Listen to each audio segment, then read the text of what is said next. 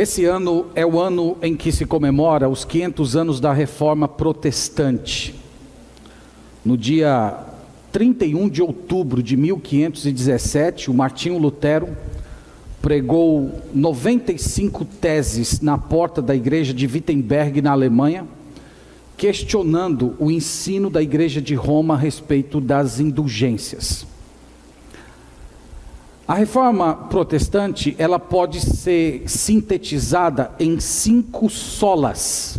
A palavra sola é uma palavra latina que significa somente. Então nós temos sola fide, sola gratia, sola scriptura, solus Christus e soli Deo gloria.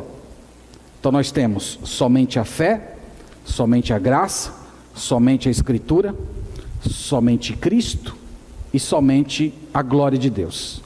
Esses 5 solas nada mais são do que o Evangelho. Durante mais de 1000 anos foi pregado aos púlpitos da Idade Média que a salvação era algo muito complexo.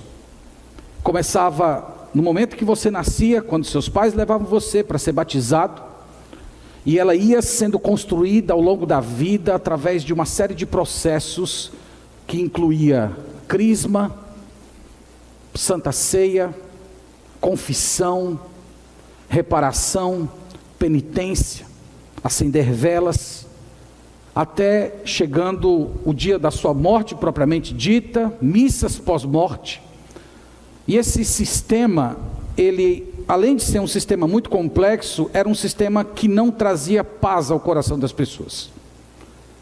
Uma pessoa passava a vida inteira se dedicando, procurando seguir a religião ao pé da letra, mas ela chegava no final da sua vida, ela não tinha essa certeza.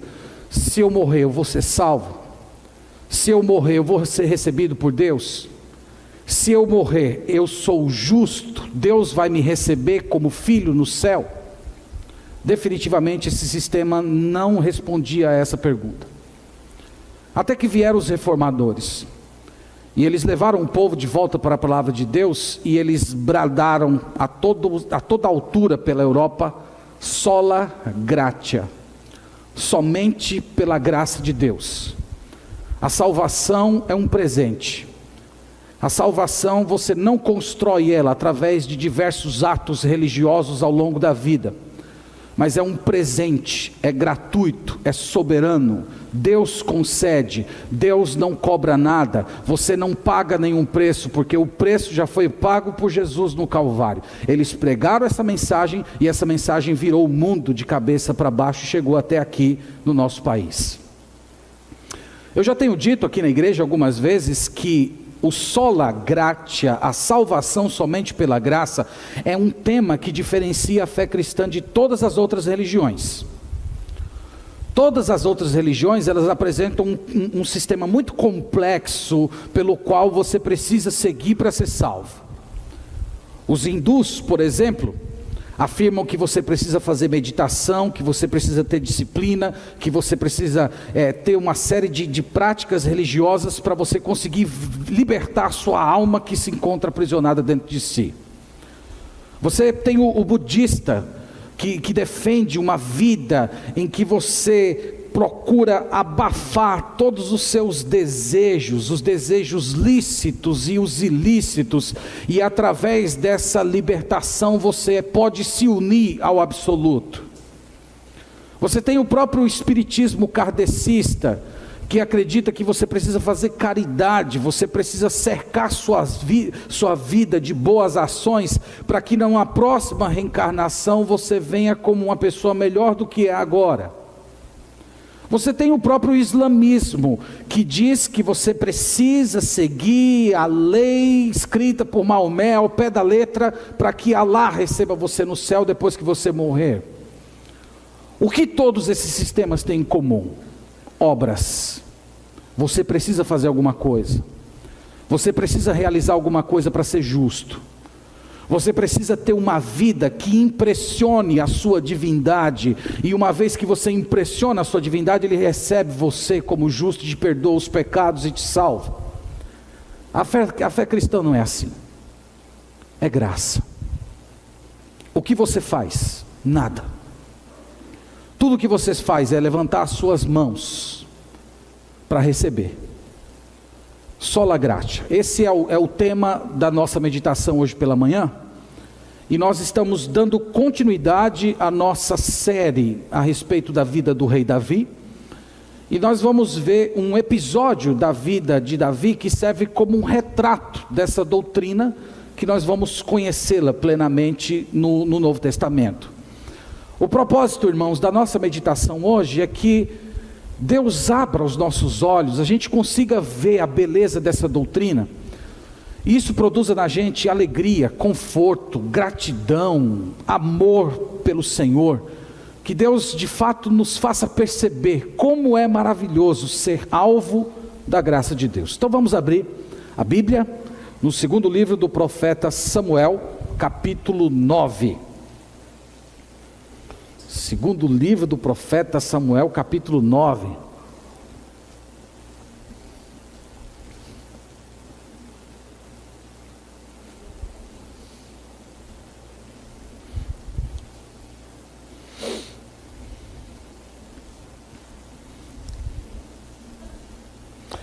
Segundo livro do profeta Samuel, capítulo 9.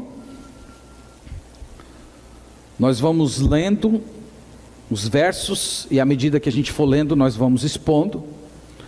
Vocês vão ver que essa história é uma das passagens da vida de Davi, em que ele já está com o seu reino consolidado, ele já conseguiu subjugar todos os seus inimigos, e agora, uma vez que ele está em uma era de paz, de tranquilidade, de sossego, ele começa a se lembrar dos eventos que ocorreram na sua vida no passado, e ele se lembra de uma promessa que ele fez a um amigo do coração, um amigo de alma, chamado Jonatas. E ele fez uma promessa a esse amigo, que um dia, quando ele se tornasse rei, ele iria cuidar da família de Jonatas, ele ia cuidar dos descendentes de Saul, o mesmo Saul que perseguiu, o mesmo Saul que procurou matá-lo de todas as maneiras.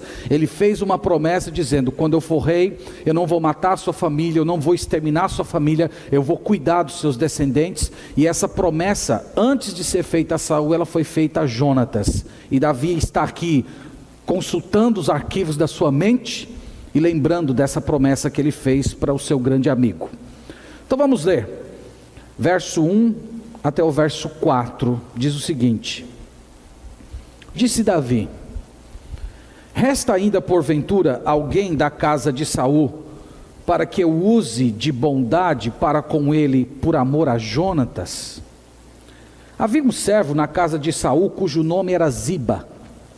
Chamaram-no que viesse a Davi. Perguntou-lhe o rei: és tu Ziba? Respondeu: eu mesmo, teu servo. Disse-lhe o rei: não há ainda alguém na casa de Saul para que eu use da bondade de Deus para com ele? Então Ziba respondeu ao rei: ainda há um filho de Jonatas, aleijado de ambos os pés. E onde ele está? Perguntou-lhe o rei. Ziba lhe respondeu: está na casa de Maquir, filho de Amiel, em Lodebar.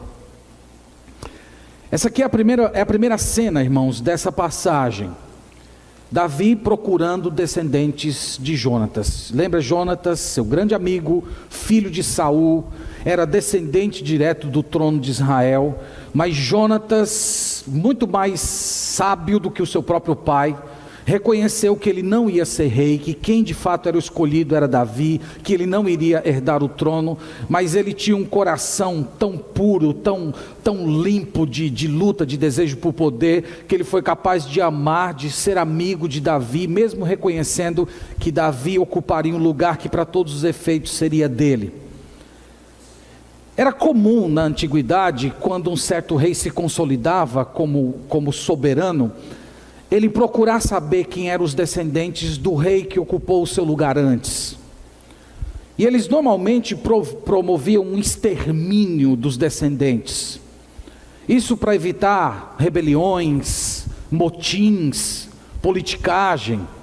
Era comum então reis terem interesse de procurar saber quem eram os possíveis sucessores do trono, e às vezes ou eles exterminavam ou eles mandavam para uma espécie de exílio, para evitar que aquela família, aquela descendência trouxesse algum tipo de constrangimento para ele em um futuro. Só que esse aqui não é o desejo de Davi. Você pode observar no versículo 1 que tem dois princípios que estão presentes no seu coração, que o leva a procurar pelos descendentes de Jonatas. Ele diz assim: para que eu use de bondade. Essa palavra bondade é a palavra no Antigo Testamento cujo nome é Hesed, que significa misericórdia. É a palavra misericórdia que nós temos no Novo Testamento. Então Davi está com o coração cheio de misericórdia, ele está cheio de generosidade, ele está cheio de graça. E você pode observar no versículo 3 que essa generosidade, essa bondade não era dele. O verso 3 diz assim: disse-lhe o rei: não há ainda alguém na casa de Saul para que eu use da bondade de quem? De Deus. Era a generosidade de Deus que transbordava nele. Era a misericórdia de Deus que estava fluindo no seu coração. E Deus havia preenchido ele de tal maneira com essa misericórdia, que ele sentia que ele tinha que dividir essa misericórdia com alguém. E foi aí que ele se lembrou que Jonatas e ele haviam feito uma aliança, haviam feito um pacto, e ele vai atrás de pessoas pelas quais ele quer usar de misericórdia. Mas o texto diz ainda que além dessa misericórdia, dessa bondade, ele também tem amor. O final do versículo 1 diz: por amor de Jonatas. Foi por causa de Jonatas. Isso aqui é uma coisa muito importante para você compreender a mensagem de hoje. O desejo de Davi de estender misericórdia para um descendente de Saul, não é por causa do descendente, mas é por causa do amor que ele tinha por outra pessoa. No caso aqui, Jonatas, ele deseja cuidar, ser generoso com os descendentes de Saul, pelo amor que ele tinha a Jonatas. Essa é a essência da misericórdia. Você pode olhar esse pacto entre Jonatas e Davi, no capítulo 20 do primeiro livro de Samuel. Deixa marcado aí o seu texto, porque a gente volta a ele. E vamos comigo até o capítulo 20 do primeiro livro de Samuel. E ali nós temos o pacto que Jonatas e Davi fizeram. Quando Jonatas reconheceu que Davi seria o próximo no trono. No capítulo 20,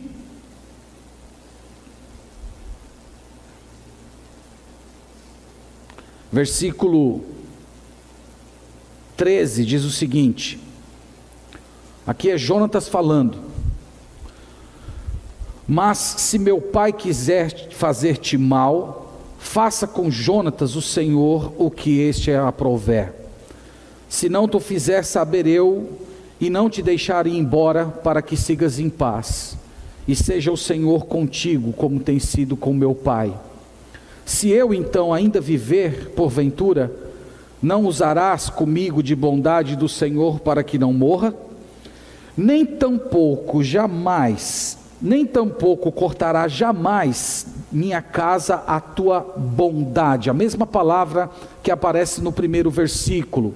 Nem ainda quando o Senhor desarraigar da terra todos os inimigos de Davi. Assim fez Jonatas aliança com a casa de Davi, dizendo: vingue o Senhor os inimigos de Davi. Agora vai até o capítulo 24, que você vai ver que essa mesma aliança foi feita com o pai de Jonatas, Saul. Numa das ocasiões em que Saul havia ido até a caverna, Davi estava fugindo no exílio, e Davi escondido na caverna, e tem todo aquele episódio em que Davi tem toda a possibilidade de matar, porque encontra lá Saul completamente desnudo na sua presença, e ele não mata.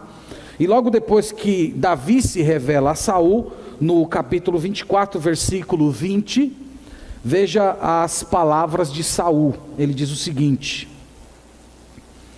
agora, pois, tenho certeza de que serás rei, e de que o reino de Israel há de ser firme na tua mão. Portanto, jura-me pelo Senhor, que não eliminarás a minha descendência, nem desfarás o meu nome da casa de meu pai. Então jurou Davi a Saul, e este se foi para a sua casa. Porém Davi e os seus homens subiram ao lugar seguro. Então você perceba que havia um pacto, havia uma aliança. E Davi tinha um coração tão generoso que ele fez um pacto de não agressão com seu inimigo, com alguém que estava tentando matá-lo. Mas antes disso ele já havia feito essa mesma aliança com Jonatas. Então, irmãos, notem aqui que ele tem o coração cheio de graça. Deus encheu o seu coração de graça. Ele quer estender essa graça para outra pessoa. E aqui nós começamos a entender um pouco do significado de graça na Bíblia. Graça é aceitação incondicional. Graça não é merecimento. Graça não se adquire. Graça não é algo que você pode pagar por ela. Você simplesmente recebe. E é o que nós vamos ver que acontece aqui nessa história. E aí Davi procura saber se há um descendente, chama um antigo serviçal de Saul chamado Ziba, e pergunta para ele se havia um descendente de Jonatas que ainda estava vivo. E Ziba menciona um dos filhos de Jonatas chamado de Mefibosete. E ele, irmãos, indica que Mefibosete tinha uma condição social muito humilhante. Ele era aleijado de ambos os pés. Ele não nasceu nessa condição. Ele se tornou, por causa de todos os eventos que ocorreram em Israel, no dia que seu pai foi morto, no dia que seu avô foi morto. Esse menino, ele teve uma vida muito sofrida. Se você voltar para o capítulo 4, versículo 4, conta um pouco de como foi a história dele, como ele se tornou aleijado.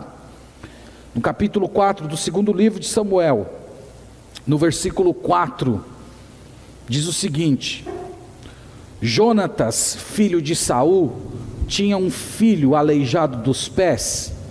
Era da idade de 5 anos, quando de Jezreel chegaram as notícias da morte de Saul e de Jonatas. Então sua ama o tomou e fugiu. Sucedeu que, apressando-se ela a fugir, ele caiu e ficou manco. Seu nome era Mefibosete.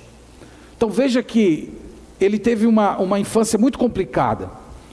Com 5 anos de idade, ele estava na sua casa, na casa da sua família, com a sua ama, e de repente chegou a notícia: seu pai foi morto, seu avô foi morto, e nós temos que fugir agora. Vamos fugir, porque senão vamos exterminar a família inteira. E a ama, desesperada, pegou o menino nos braços, derrubou o menino, e o menino se tornou aleijado de ambos os pés. Irmãos, ser aleijado nos tempos do Antigo Testamento era uma condição de desonra.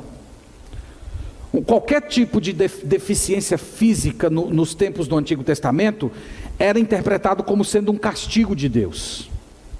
Era interpretado como se Deus tivesse punido você por algum erro que você cometeu, ou que algum ancestral seu tivesse cometido. E o próprio fato do Ziba dizer assim: existe um descendente de Jonatas que está vivo, mas ele é aleijado. Isso já é uma espécie de uma indireta, como se ele estivesse dizendo a Davi: ó, tem de fato um descendente que está vivo, mas não traz ele para perto de você não traz ele para perto da sua vida, porque ele é um desonrado, ele está numa posição de completa desonra, ele é um aleijado. Então ele tinha uma condição física humilhante. Mas além de uma condição física humilhante, ele tinha uma condição social humilhante. O versículo 4 diz que ele morava na casa de Maqui, filho de Amiel, em Lodebar. Isso significa, ele morava de favor, ele não tinha casa própria, ele não tinha uma terra que era dele, ele vivia de favor na casa de uma pessoa, e ele vivia, essa palavra Lodebar significa terra sem pasto, era um deserto, era um local inóspito. Então, desde quando ele fugiu de Jerusalém, após a morte do seu pai, esse menino foi colocado numa espécie de exílio. Muito provavelmente porque a sua família temia a fúria de Davi, porque Davi havia sido perseguido por seu avô durante mais de 10 anos.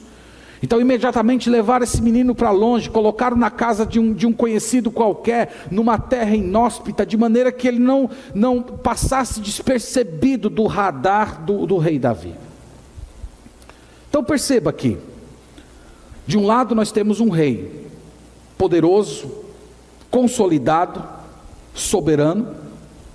Do outro lado você tem um homem pobre, desonrado socialmente, vivendo fisicamente numa condição humilhante. E esse rei, ele tem muito amor, bondade no seu coração, e ele deseja abençoar esse jovem miserável, desonrado, não porque esse jovem fez alguma coisa para impressionar o rei, mas porque o rei ama muito outra pessoa, no caso aqui Jonatas. Então esse rei, ele deseja salvar esse jovem da sua condição desonrosa, porque ele ama muito a outro homem, no caso aqui Jonatas, pelo mérito de outra pessoa. Eu pergunto a você, você já viu essa história em algum lugar? Você já viu essa história no Novo Testamento? Irmãos, graça é doar a quem não merece, mas precisa. Graça é você doar a quem não pode pagar. Graça é um favor unilateral. Não tem nada a ver com quem merece, mas tem tudo a ver com quem doa. A segunda cena do capítulo é o encontro de Davi com Mefibosete. Vamos ler do verso 5 até o verso 8. Verso 5 ao verso 8. Verso 5 ao 8 diz o seguinte: Então mandou o rei Davi trazê-lo de Lodebar, da casa de Maquir, filho de Amiel. Vindo Mefibosete, filho de Jonatas, filho de Saul, a Davi, inclinou-se, prostrando-se com o rosto em terra. Disse-lhe Davi: Mefibosete. Ele disse: Eis aqui o teu servo. Então lhe disse Davi: Não temas, porque usarei de bondade para contigo, por amor de Jonatas teu pai, e te restituirei todas as terras de Saul teu pai, e tu comerás pão para sempre à minha mesa. Então se inclinou e disse: Quem é teu servo, para teres olhado para mim, um cão morto, tal como eu? Então veja que o rei mandou buscá-lo. Eu fiquei imaginando essa cena, ele vivendo lá no meio do deserto, de repente chega aqueles soldados, os seus animais, paramentados, batem a porta. O rei quer falar com você. Como é que você acha que esse jovem reagiu? É hoje que a minha cabeça vai rolar. E ele vai, chega lá, coxo. Imagine um jovem numa muleta, tendo que se ajoelhar, o tamanho do esforço físico que ele não fez para isso, completa humilhação no chão. Davi o chama pelo nome, e ele se chama de servo de Davi. E a primeira frase de Davi no verso 7, fala muito do coração de Mefibosete naquele momento. Ele diz: não temas. Por que você acha que ele disse não temas? Porque ele podia ver que aquele jovem estava aterrorizado, ele podia ver nos olhos daquele jovem, que ele sabia que ele ia morrer naquele dia.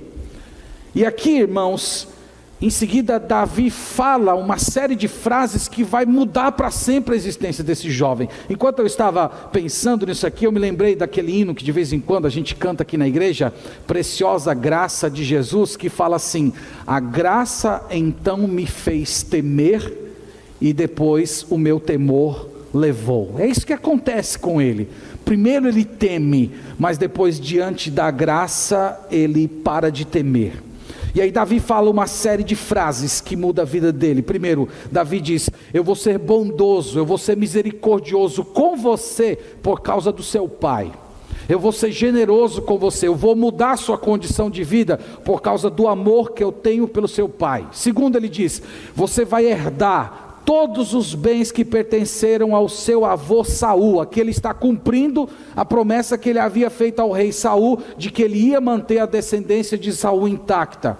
Terceiro, ele diz: você de hoje em diante vai comer na minha mesa, você vai ser tratado como príncipe, você vai ser tratado como membro da família, você vai ser tratado como filho. Você pode ver que isso é dito no verso 11.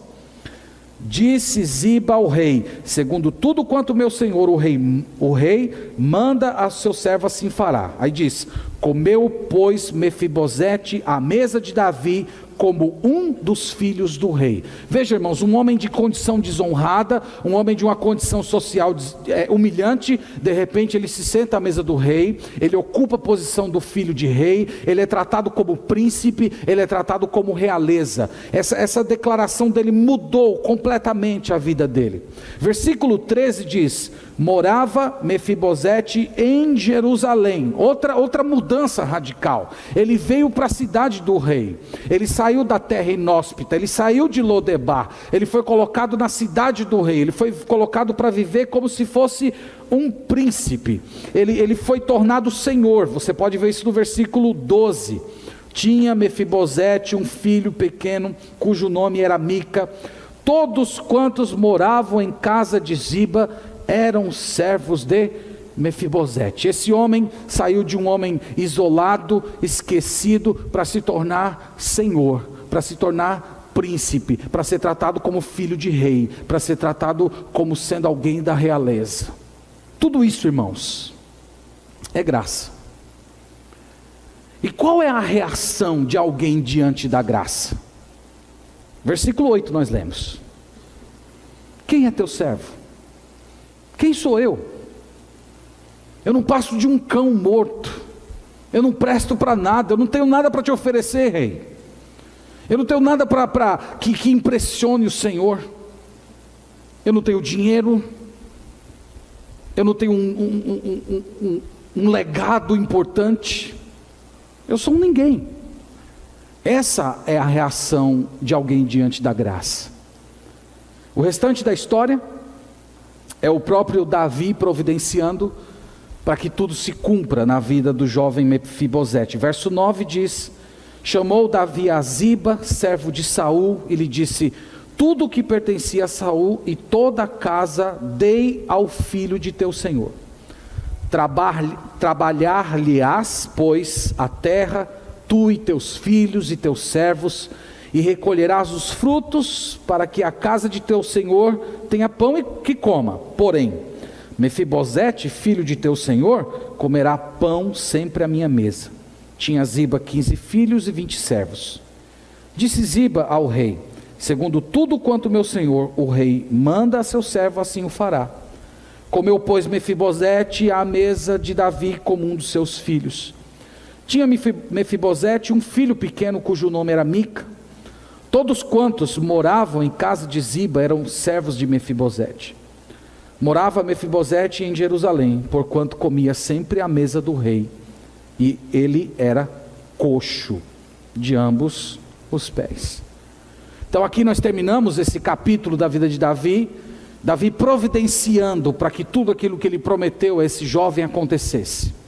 Ele diz: você vai ter um servo, você vai ter pessoas trabalhando na sua terra, mas você não vai morar lá, você vai morar em Jerusalém, você vai comer pão da minha mesa, vai ter fartura nos seus bens, mas você não vai viver dos seus bens, você não vai viver do que é produzido na sua terra, a sua provisão vai vir de mim mesmo. Davi está dizendo a esse jovem.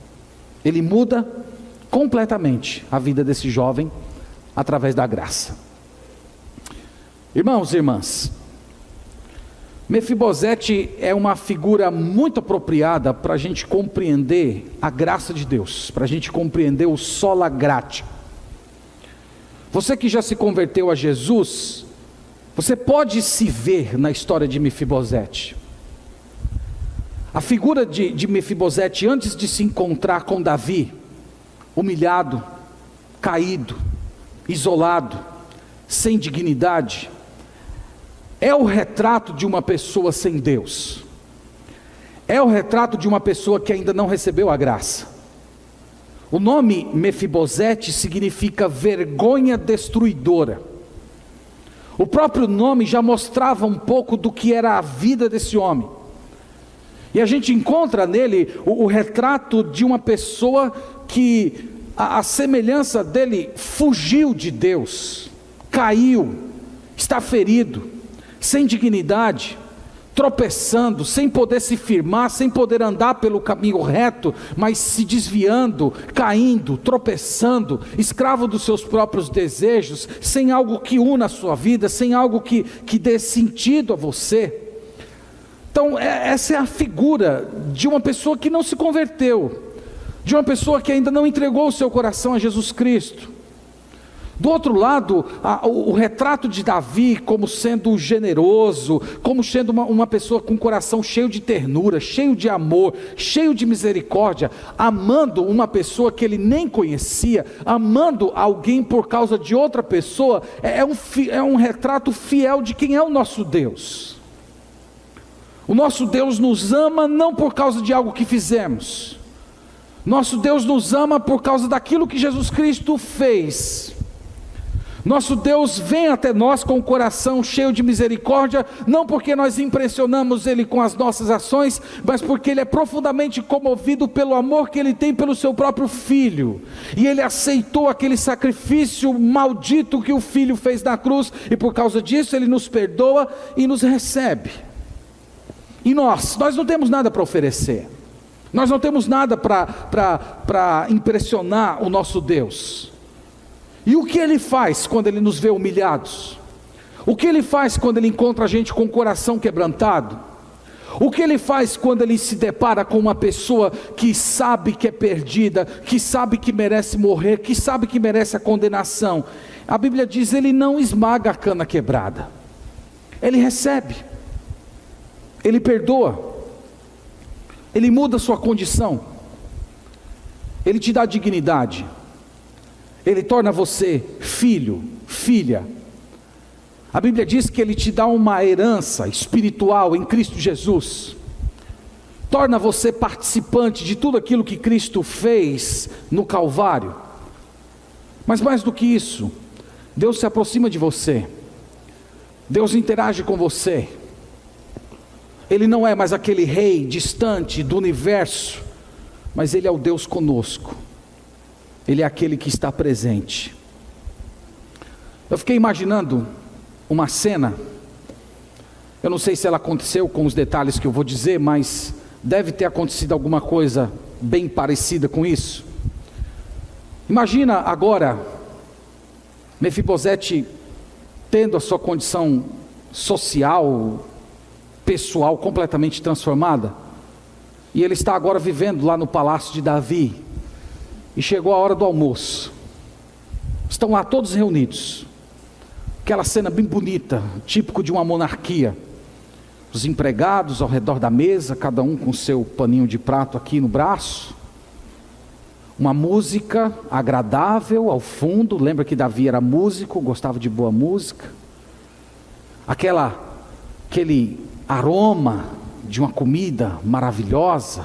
Segurem aí que já já eu vou terminar e vocês vão almoçar, viu? Estou vendo alguns de vocês fazendo assim, ó. Então imagina essa cena.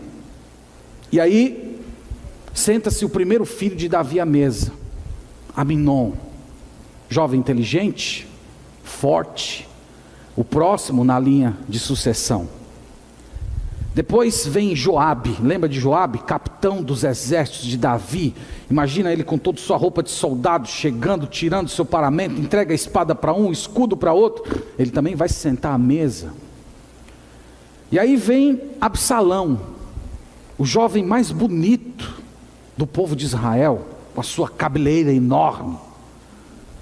E aí vem Tamar, aquela menina linda, meiga, a filha mais meiga que Davi tinha, assim meiga como Amandinha, como Cíntia, como Catarina, aquela menina meiga que alegra o ambiente, que traz doçura, leveza.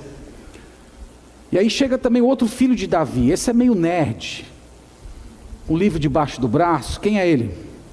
Salomão, gosta mais dos livros, meio caladão, está lá mexendo nos livros, mexendo no WhatsApp. Não tinha WhatsApp lá naquela época.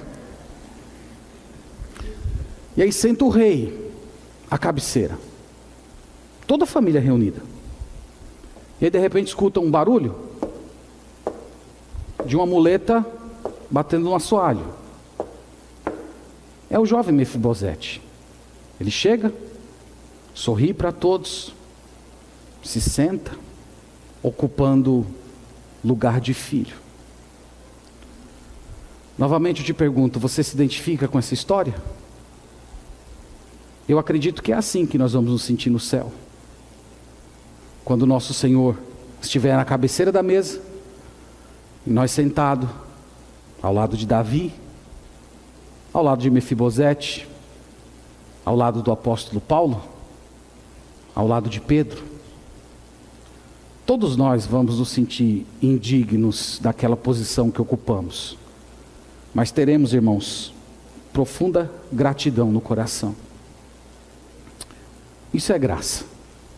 Isso é a graça de Deus. Então essa manhã, o que eu tenho para te dizer depois de tudo isso? O que a gente faz diante da graça? A gente ora, a gente canta a graça, a gente dobra os joelhos, agradece pela graça, a gente pensa na graça e pede para que o Espírito de Deus enche o nosso coração de alegria, de louvor a Deus, de espírito de entrega. Ao mesmo tempo, o nosso coração se enche de deleite, de alegria, porque nós podemos hoje nos sentar à mesa junto com o Rei. É isso que eu gostaria que a gente saísse daqui essa manhã. É graça. É graça. É somente pela graça. Lembra que é essa graça que leva você a estender a mão para os outros. Quando a graça de Deus transborda o seu coração, você deseja ver outras pessoas mudadas dessa situação. É por isso que aquelas pessoas que são de fato alcançadas pela graça e têm a graça de Deus transbordando no coração, essas pessoas falam de Jesus.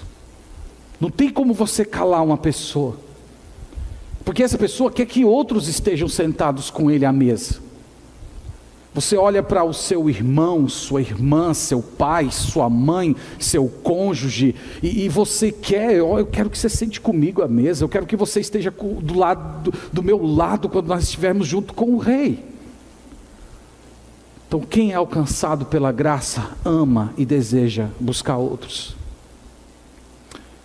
Você que está aqui essa manhã, ainda não creu em Jesus, você não gostaria de se sentar à mesa com o Rei?